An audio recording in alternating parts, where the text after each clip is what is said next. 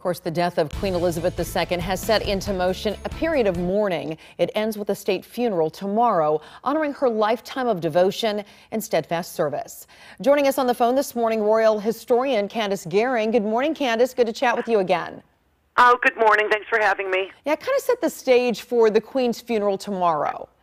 This is huge. It's enormous. It's unprecedented. I mean, you just can't imagine the numbers of people and personnel. The people coming through the queues has been unprecedented. Up to 24 hours wait. Now knocked down a bit because they're closing it off so that they can move the casket and have the funeral tomorrow. But it's absolutely all the police, all the emergency personnel, the nurses, the St. John's Ambulance Brigade. They're all out there, and everybody is being uncommonly civil and well-spoken. Well, when we look at the miles and miles of people who have been lined up to pay their respects to the Queen, when it comes to the funeral, who of note is expected to be in attendance? Well, all the Commonwealth countries are coming. Of course, the royal household's coming, her ladies-in-waiting are coming, her family's coming. But, of course, you know, our president's been invited, has accepted, is already in London. Then you've got more controversial people like Xi Jinping, the Chinese premier, was invited. He's sending Vice President Wang Qishan to go. Now, see, you have to realize, we right now are not good with the Chinese. The British don't have a problem with the Chinese right now, aside from that they're our allies. Some people are very outraged that Saudi Arabia's crown prince and basically de facto ruler, Mohammed bin Salman, has been invited and has accepted, but he is mixed up in the Jamal Khashoggi murder in 2018, so there's people who feel out of joint about that. Vladimir Putin was not invited, which has been put out that they find that outrageous and immoral and a whole bunch of other stuff, but yeah, nobody's really upset about that. So, but all the Commonwealth people, yeah, the people you expect to be there will be there. Absolutely. And Candace, where will the Queen be laid to rest?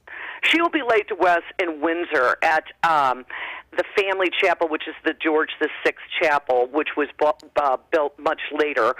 And her parents, George VI and Queen Elizabeth, that we call the Queen Mom, there, and really there was a space for her and her husband, no one else. When her only sibling died in 2002, she purposely had herself cremated that she could fit in the chapel. They opened the tomb and put her urn on top of her beloved father's casket. So us four, that King George VI used to call his family, 5 with Philip, will be the ones that rest in the chapel. What then now happens with King Charles III after tomorrow's state funeral? Well, the man's been conducting business, literally. Today he will meet the Prime Minister, again. And he has been in 4 different countries since his mother's death, though they're all part of the United Kingdom: Scotland, Northern Ireland, and Wales.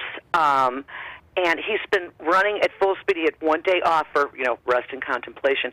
He's going to hit the ground running. He is, people keep saying, oh, he's been waiting all of his life.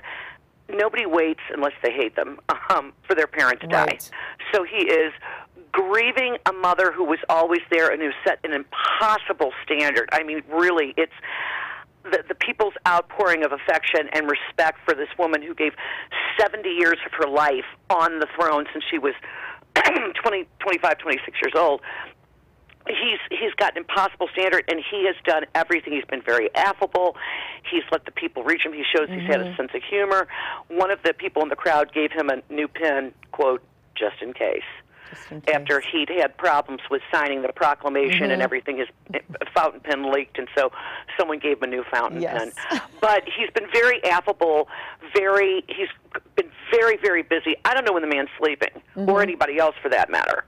But they are really, and this is like I've said before, everything you've seen was planned by Queen Elizabeth II herself, except for the things you're seeing where people keep getting out of cars and shaking hands endlessly and talking endlessly personally.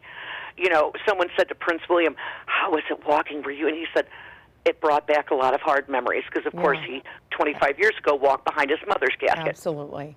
Candace Gehring, thank you so much, our royal historian. We appreciate your time this morning. Thank you.